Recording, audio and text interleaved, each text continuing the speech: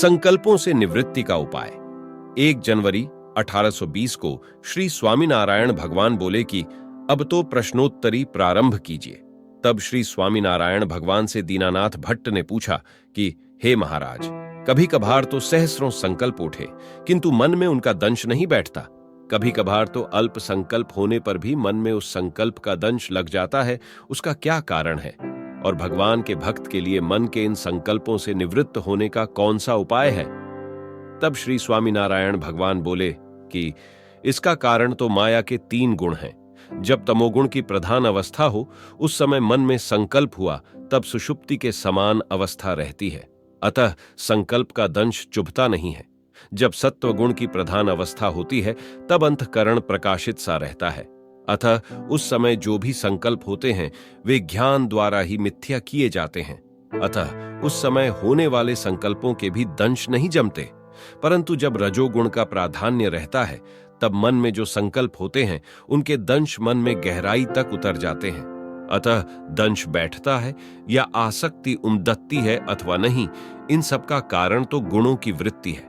और कोई बुद्धिमान ही इस बात को समझकर जिस समय पर जो संकल्प हुआ उसे देखकर अपने भीतर जिस गुण की प्रधानता हो उसे पहचान सकता है।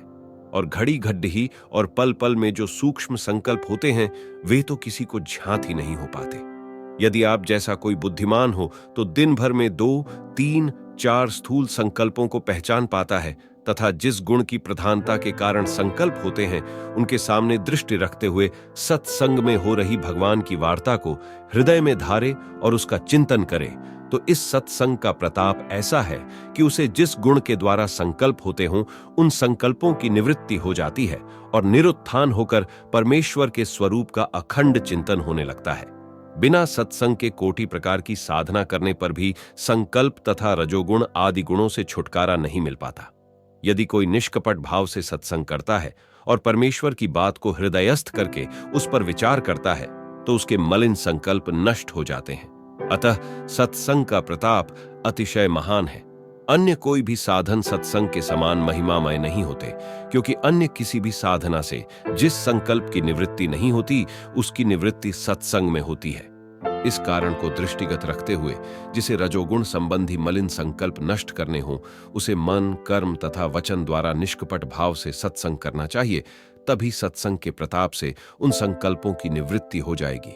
जय श्री स्वामीनारायण।